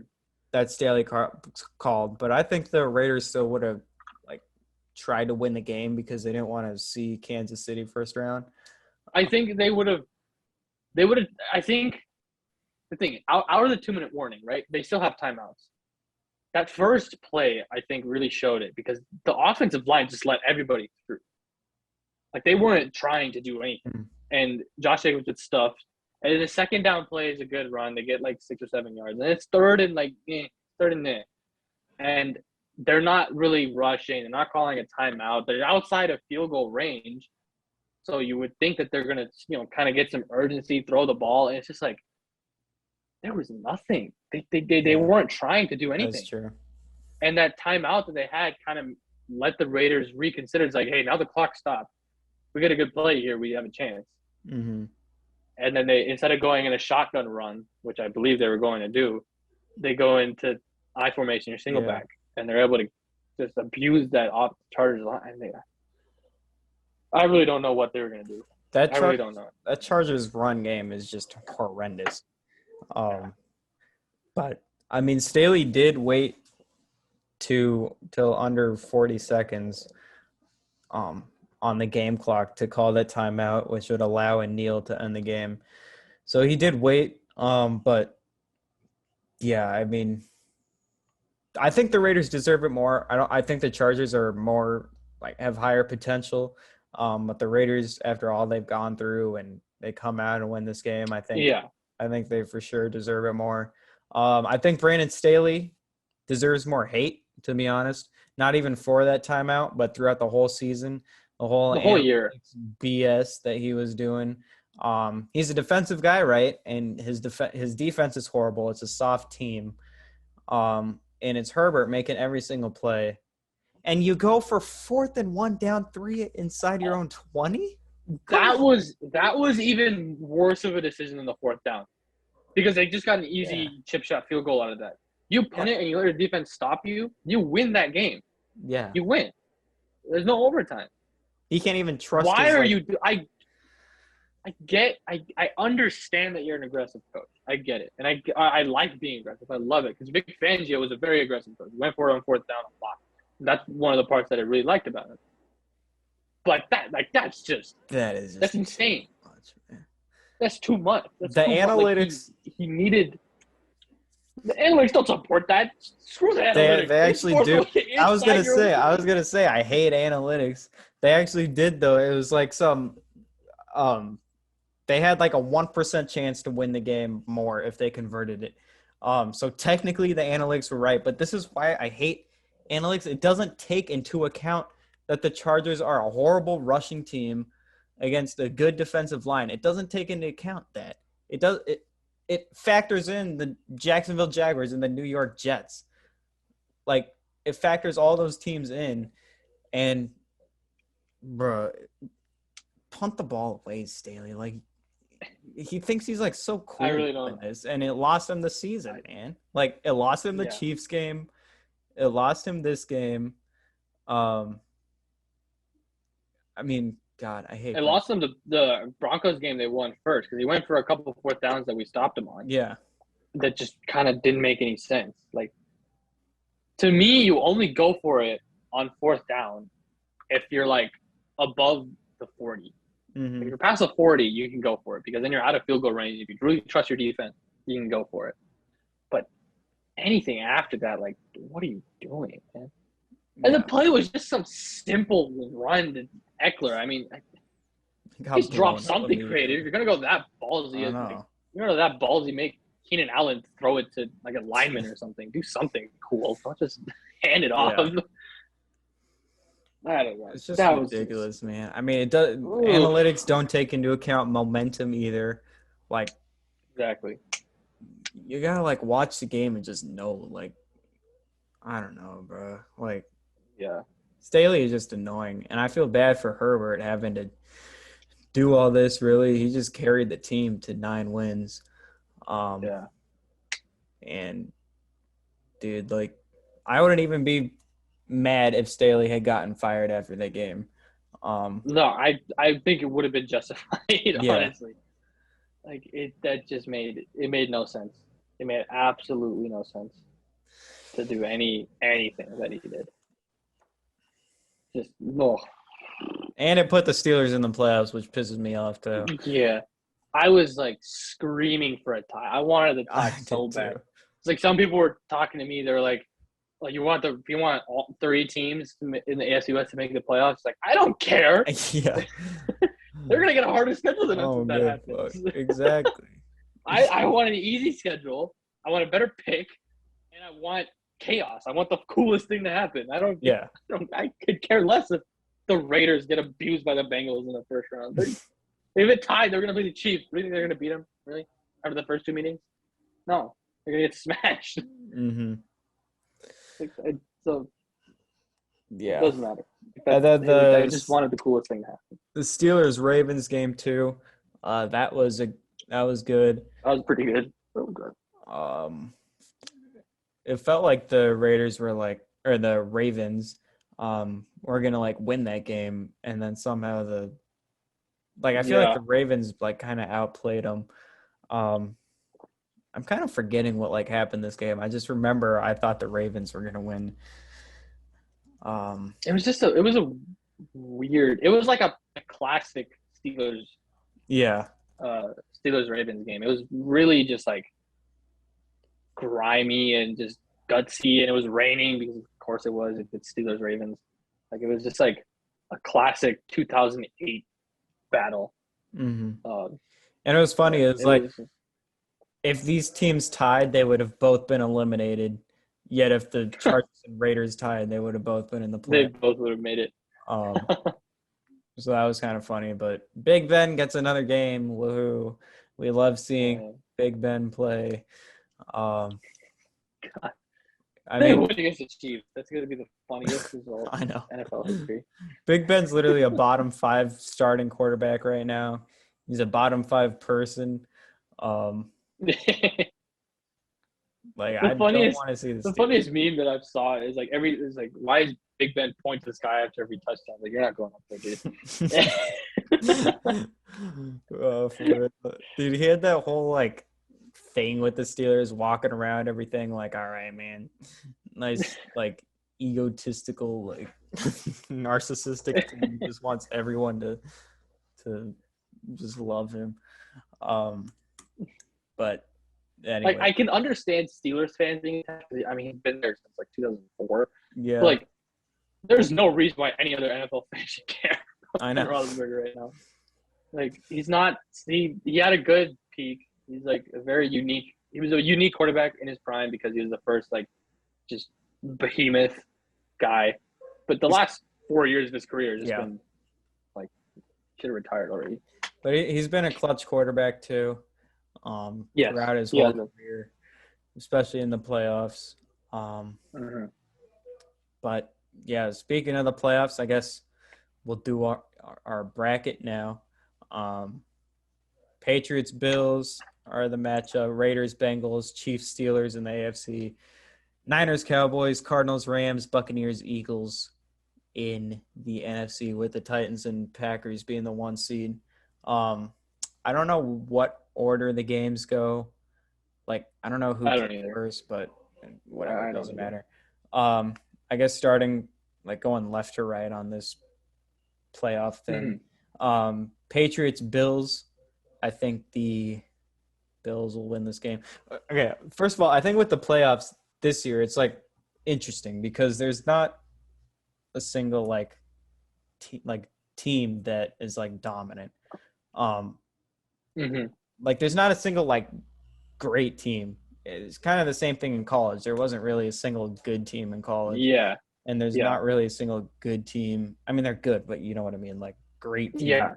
Um, Yeah. I mean, like last year, I mean, you knew the Chiefs were gonna make it. yeah, and the You knew Buccaneers that the probably. Buccaneers were gonna get far. Like Hmm. this year, like any of the results that I picked could have gone the other way, and I wouldn't have really blamed you. Yeah, and so I think this playoffs is going to be really like matchup driven. Like Hmm. if the Chiefs have played like the Chargers first round, for example, even though they have this basically the same record as the Steelers, this Chargers Chiefs game would be extremely close, I think, Yeah. because of the matchups. And now that they Hmm. play the Steelers, I think this game's a blowout. Um, and I mean, I think there'll be stuff like that too with other games. So starting with the Bills and the Patriots, though, I just think with the Bills, I mean, it's so hard to count out Belichick. It is, but Yeah. Especially in a playoff game. yeah, in Buffalo, I don't think you can't take away anything from the Patriots Bills game that was in Buffalo a Yeah. couple months ago when it was Yeah. Mac Jones threw 3 passes. But I'm just gonna Yeah. pick the Bills just because I think they have um, maybe like the best player in football, maybe. Um, I'm picking Buffalo too. I think that they're going into the playoffs feeling better about themselves than New England is. Like New England kind of like yeah, whimpered and like limped into the playoffs.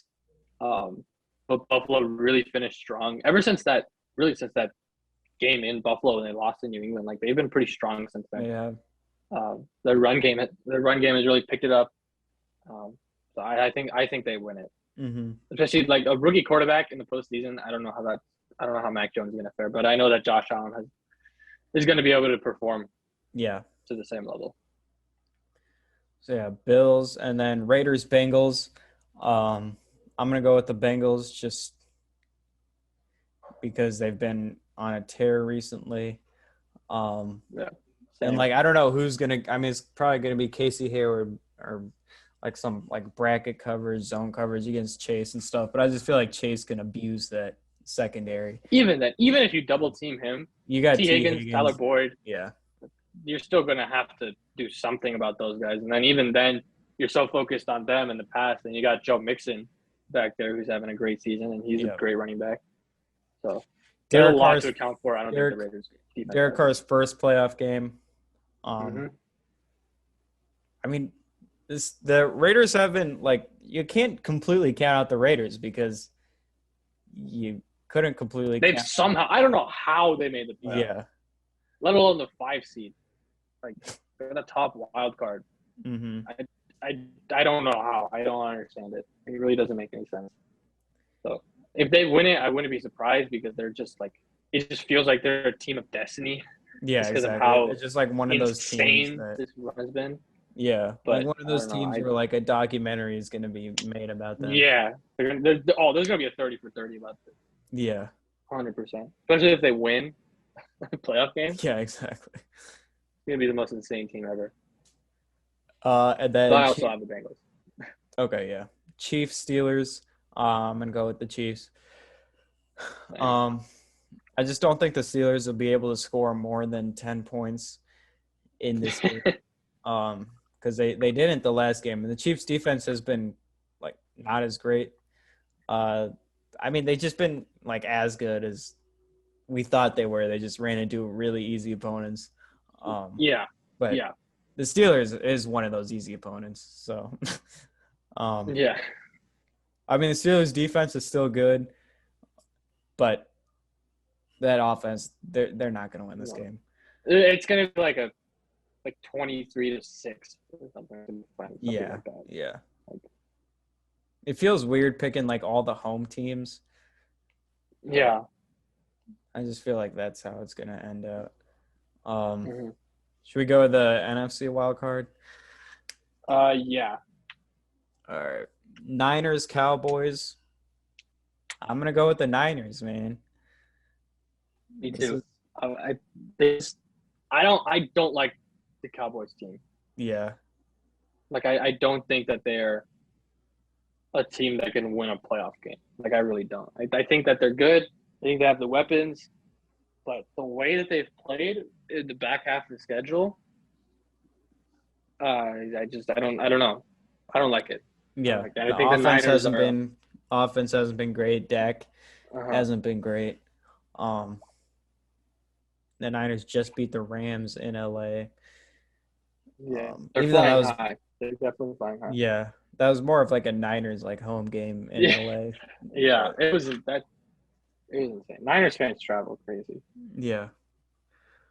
Cardinals Rams. I think this might be the game of the wild card round. The first round. Yeah, Um, I mean, you can't take I'm in gonna go with the Rams. yeah, you can't really take We, into account like we, home field advantage. yeah. Playing in LA, but dude, this I'm is gonna hard. take the Rams. I'm gonna take the Rams because I think one, I think they're a better team, but two, also like they're just a. They just seem more playoff ready than the Cardinals. Yeah, Because the Cardinals, I mean, we talked about it a lot early in the year about them kind of collapsing, and we're just and they waiting did. for it. Like it Mhm. kind of happened over the last like 6 games. Like it kind of did happen. They were undefeated. They were the 1 seed. They were rolling, and then all of a sudden they just started going down and going down and going down. And it wasn't even because Kyler Mhm. Murray got hurt. I'm pretty sure they didn't lose a game when Kyler Murray Yeah, was injured. So like it just kept getting worse and worse and worse. And now they don't have DeAndre Hopkins, who I'm pretty sure he's going to be out for the season. Like they make the Super Bowl, he might be back for that, but I doubt it. So hmm they just don't seem like a team that is going to win on the road. yeah. You convinced me. I'm gonna go with the Rams too.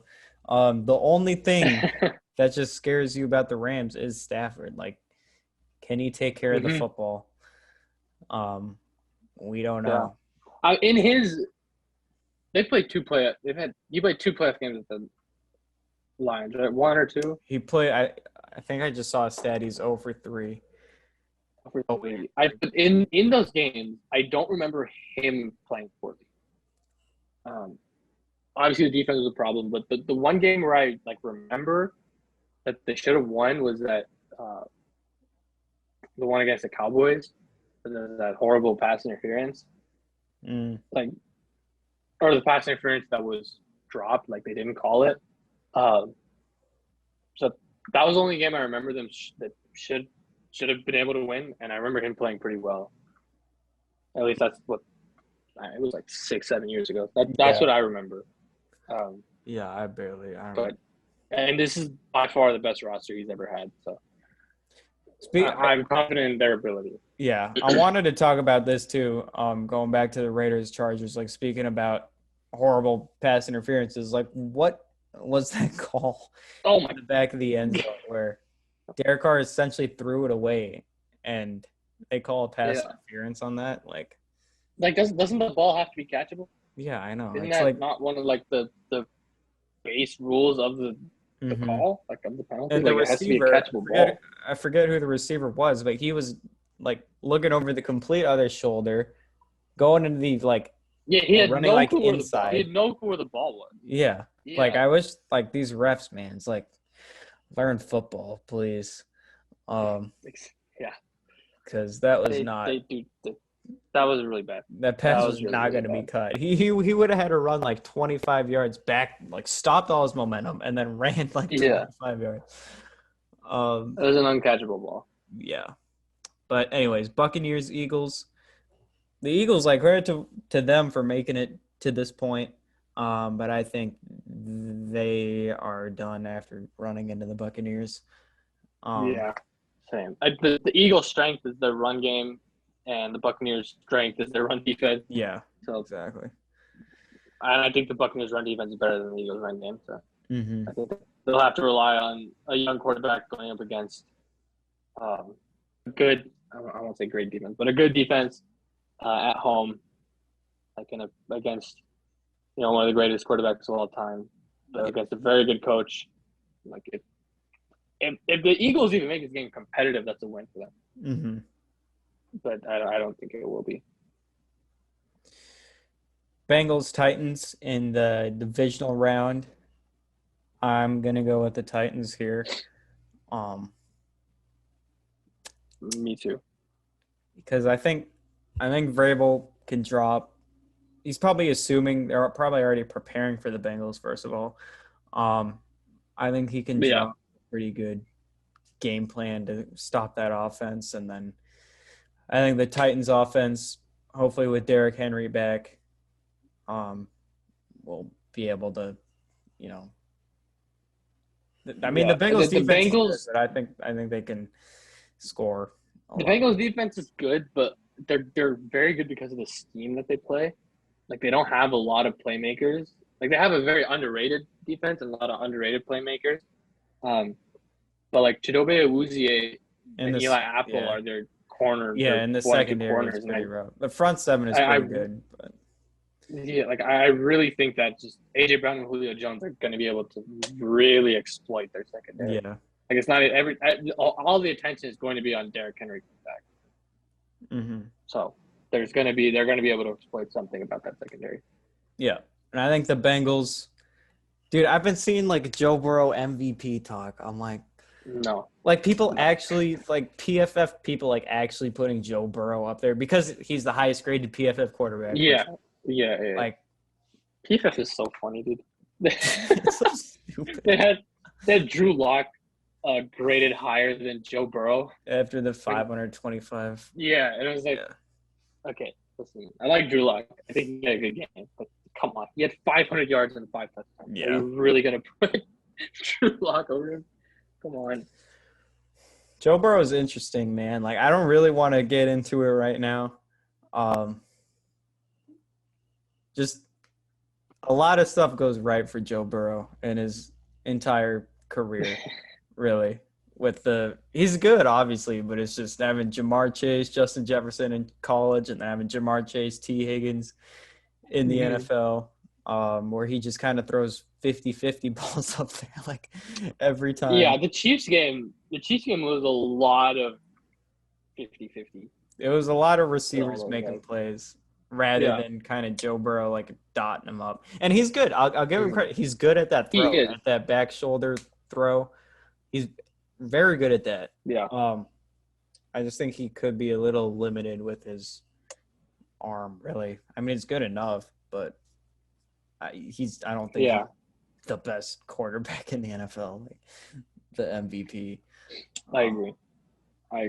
I mean, you take Joe Burrow off the Bengals and you take Aaron Rodgers off the Packers are doing way worse. Offensively. I agree. So, anyways, Bills, Chiefs. Dude, this one's good. This one is good. This was the matchup. This is good. This is a rematch, wasn't it? Yeah. Rematch of last year's AFC Championship game. I'm gonna go with Buffalo. I think I am too. I can't trust the Chiefs, dude. I'm going with Buffalo because when the Chiefs play a good offense, they are bad. Like they're a bad team. They just are. The offense will be fine because I don't think Buffalo's defense is anything crazy. And one of the other things that we're going to have to keep an eye on, Tyreek Hill was really, really limited in the Broncos game. Yeah. He barely played. And Kelsey got hurt. The plays he was in, Kelsey also got hurt on like the game clincher. So those are two things we're really going to have to keep an eye out. Byron Pringle had a good game. Mecole Hardman had a good game. But like if you have to rely on those two guys being your main playmaker against a legit playoff team like Buffalo, that's gonna make it pretty tough. Yeah. But I think this is more about Buffalo's offense versus Kansas City's defense. I really don't trust KC's defense at all. Yeah, I don't either. Even Denver's offense looked good against them. They should have had more than 24 points. I can't really trust Steve Spagnuolo there. He still plays Daniel Sorensen, who I can't trust. But yeah, I mean, I'm gonna go with the Bills too, because I just can't really trust the Chiefs right now. Niners, Packers. No, this is gonna be a good game. Yeah, It's gonna be a really good game. I'm still gonna go with like the NFC too. It's like I don't really feel good about just a team here. I don't feel good about just picking the Packers here. Like I'm picking the Packers, I am too. but I mean they're what 13-4. They lost last game, so 12-5 maybe. No, 13 and They're 4. one of the two, probably 13-4. They had a lot of close games this year, like a lot of close games, and they're going to get healthy. David Bakhtiari is going to be back. Jai Alexander is going to be back. Zadarius Smith, I believe, is going to be back. So they're going to be at full strength, and this bye really helps them. But like they had a lot of really close games against teams that they should not have had close games with. Like the Vikings, they had a really close game with them. They had a really close game with the Ravens, I believe. I think they had a close game with the Ravens. Yeah, against Huntley too. Against Huntley, yeah, not even against Jackson. A lot of the games that they win. Exactly. They're not like feel good. You don't feel good about it. Yeah, they don't like mess up stuff. Because obviously Rodgers doesn't throw interceptions, but they're just not. They're really not that talented of a football team. If you really look into it, you got one good receiver. The offensive line is not anything like special, especially with Jenkins out. The defense, pretty good, not great. Talent-wise, it's sad because this is probably the best defense that Rodgers has had, and it's still not in his career. Yeah, I know. But I mean, you look at the Rams roster, you look at the Buccaneers roster; those are better rosters. They are. Cardinals maybe even too. Yeah. I'm picking the Packers, but I'm picking Aaron exactly Rodgers. Feel great about it. Yeah. I don't exactly feel great about it. Rams, Buccaneers. I'm gonna go with the Buccaneers, I guess. This is gonna be our first disagreement. I'm gonna go with the Rams. Yeah, it's kind of crazy we've had like the same like bracket. Yeah. I'm gonna go with the Rams, but another one that I don't really feel too great about. They played early in the year, and the Rams kind of dominated. But they're two very different teams now than they were then. So I don't know. I really don't know. I'm gonna pick the Rams.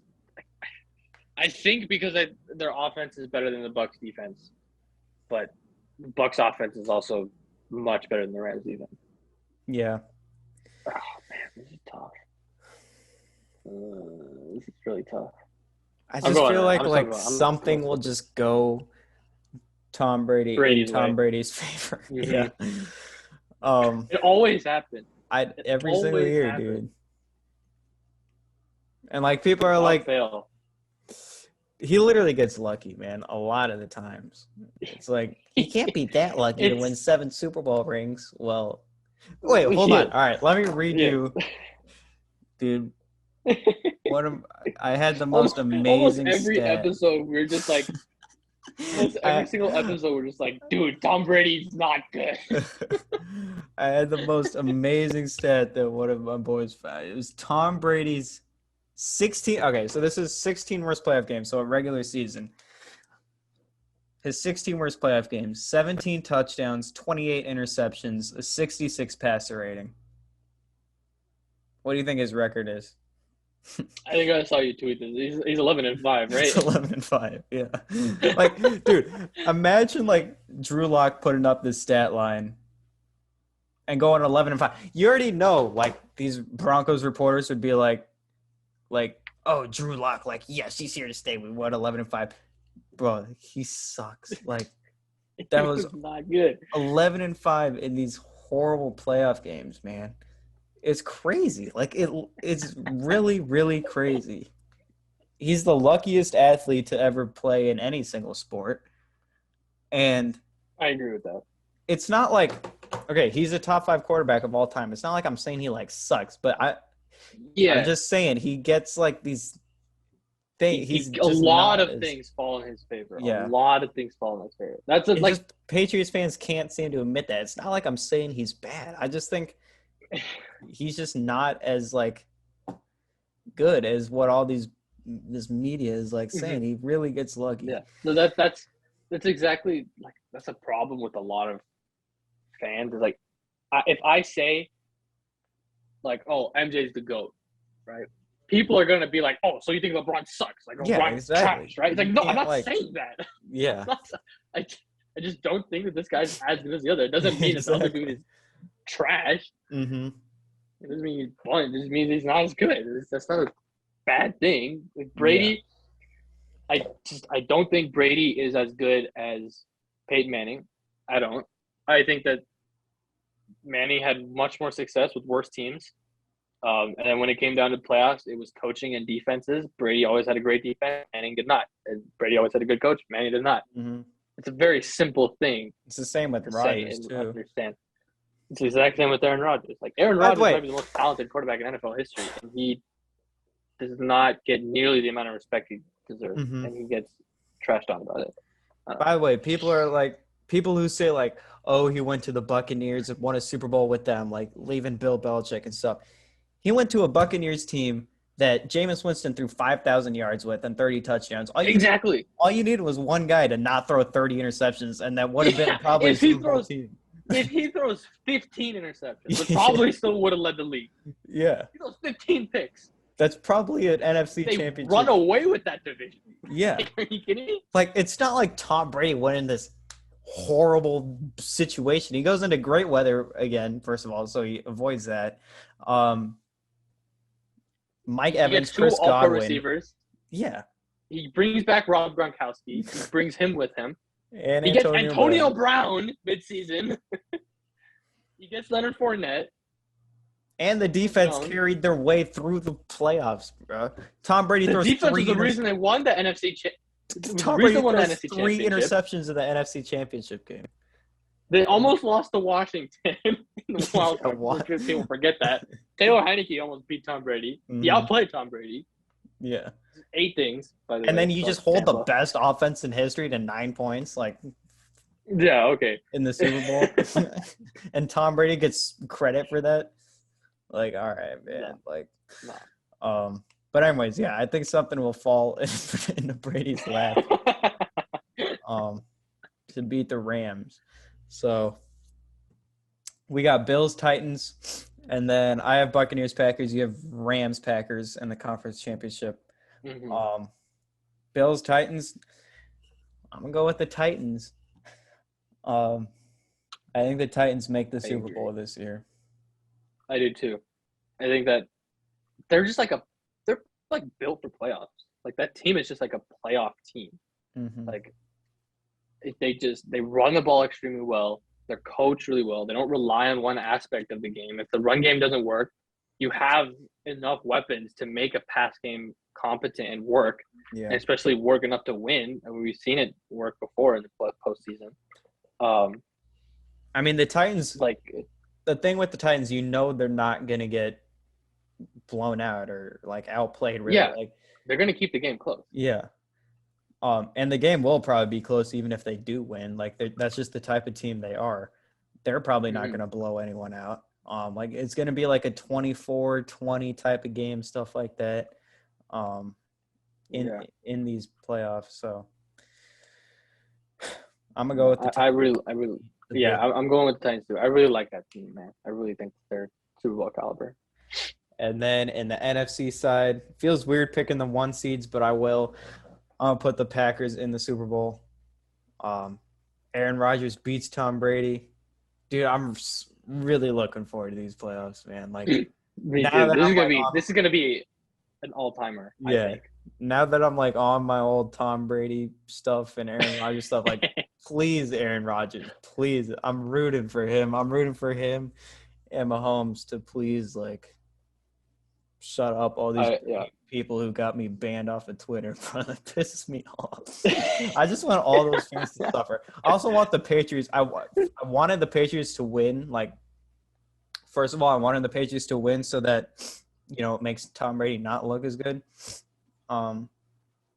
because I have a rookie quarterback, But by the way, because that made the playoffs. And but Matt because Castle they back in fans 2008 went 11-5 with the because Patriots. the fans banned you on Twitter years. Yeah, and Boston fans pissed me off. I want like them to suffer. Really, I'm happy the Celtics suck. I want the Patriots to suck. I want the Bruins to suck, and I want the Red Sox to suck. So I hope Brady gets eliminated, and I hope the Patriots don't win a playoff game because Boston people are annoying. So yeah, I'm gonna pick Aaron Rodgers in this game solely because of that, because I want it. The hate in your heart for Tom Yeah. Brady in Boston. Yeah. I'm gonna go. I'm gonna go Packers over Rams instead of the Bucks. Packers Rams is a much more favorable matchup for the Packers than it is for the Bucks. Yeah. So I just I like their offense over it. I think I like their offense over the defense. I think that defense at home in a playoff matchup isn't going to fold again. And I don't think their offense is going to fold again. Like the Packers have to break through in one of these championship games. I know. Like, they have to. Yeah. I think that this is the one. They're not going to lose back-to-back home championship games either. And Rodgers needs That's to not change the happening. narrative about him always sucking in the conference championships. I think the good thing about that narrative is I think a lot of people know that it's not Rodgers' fault. Yeah. About that, like at least I don't think that Rodgers. I mean, he's played good in all those championship games. Like it's just his defense just is so bad. Mm-hmm. I mean, like going even back to the Seattle championship game, like they win if Brandon Bostic knows not to catch that and lets Jordy catch it. Okay, you go to the Seattle game. That all the Brady's fans' arguments are the Packers forced 5 turnovers in that game and Rodgers didn't win. It's like they completely forgot Rodgers had a two possession lead and didn't see the ball after that. The Seahawks took the lead, and then in the final 2 minutes of that game, Rodgers goes down the field and scores a game-time touchdown to put that game into overtime. And then he doesn't win the coin toss, and he doesn't see the ball in overtime. Exactly. So that's the stupidest thing about the overtime, and it's not just like Aaron Rodgers' problem because it happened to him even in that Cardinals game, which is like one of the best playoff games ever, like best endings ever, when they go down in overtime after Rodgers has the greatest playoff drive I've ever seen in my entire life. Like even when that happens, like he should have had a chance to win the game. Yeah. It's just right that he gets a chance to win the game. So that's why I like the college overtime rules a lot better. Both teams get a chance. Both teams are able to score. It's not a given score. I mean, playing from the 25 that's not a given score. That's still a lot to ask for. I just hate that part of the NFL. And then, by the way, Brady fans are like, well, look, Brady just beats the Seahawks in the Super Bowl, so he's better than Rodgers. It's like, I guarantee, I've said that, I guarantee playing in Seattle, I don't care that it's the Super Bowl or the NFC Championship game, I guarantee playing at Seattle, in the rain, by the way, is harder than playing on a torn calf. Yeah. He had a torn calf that damn, is harder than playing at a neutral site indoors. And by the way, Tom Brady did obviously that horrible play call at the 1 yard line. So yeah, there's a lot. Like Brady is probably the luckiest quarterback that we know. Aaron Rodgers might be the unluckiest. Yeah, because there's so much that doesn't go his way in the playoffs. Dan Marino as well is up there. With Dan Marino and Aaron Rodgers are like carbon copies. Yeah, they just have had these incredible regular seasons. And they've gotten to the Super Bowl, and they've gone deep in the playoffs, and their roster lets them down. It's not that. Mm-hmm. So I'm very glad Aaron Rodgers got the Super Bowl when he did, because even then, like that Super Bowl, they got lucky. Like they probably should not have won the Bears game. I know. The Bears NFC Championship. But okay, but that's a Brady type of game, and they won. It's a Brady thing, exactly. Like Rodgers didn't really play well, but he was playing Caleb Haney the whole game. Yeah. So like, of course, like ever since then he's been cursed. Mm-hmm. But imagine if Rodgers was glad he got ringless, dude. There would be like no argument if Rodgers was ringless. It would just be all the Brady fans would be like, he has no Super Bowl rings. He sucks. Yeah. Like you tell me This Dan Marino is what sucks. like Dan Marino versus Joe Montana was probably like. Yeah, for real. And Dan Marino is undoubtedly a better quarterback than Joe Montana. Yeah, but because talent, Joe Montana has rings, Joe Montana, by the way, is Jerry Rice and Steve Young, Rice, by the way. Roger Craig. Steve Young comes in for Joe Montana and literally plays better than he does. But Dan Marino has no defense. I can't name a single receiver on that Dolphins teams, to be honest. I can't either.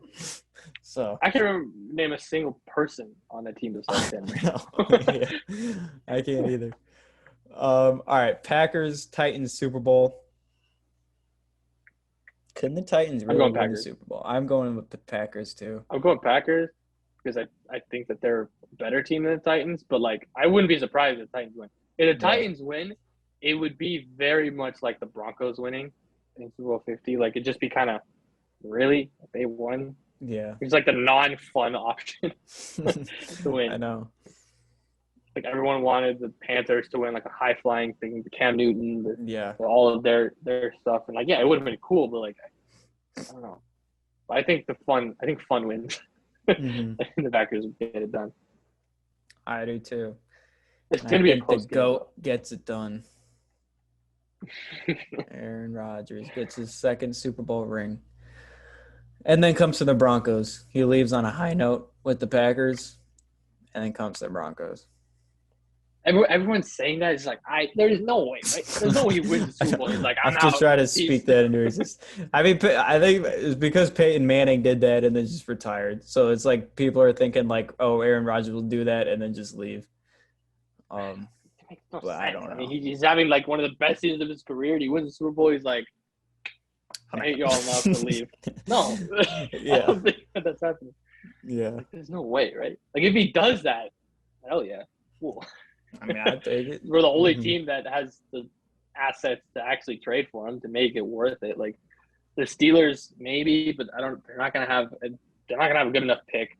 They're not gonna. They don't really have the talent to trade for him. They have a lot of free agents. They don't have the cap space to get him. Yeah, the Broncos are just a better team. They're a better team. They're more talented. They're gonna have a fixed ownership spot. They choose Hackett. They're going to have his guy. They're going to have Rodgers' guy. Mm-hmm. Even if they have Getsy on the payroll, they're going to have somebody from the Packers.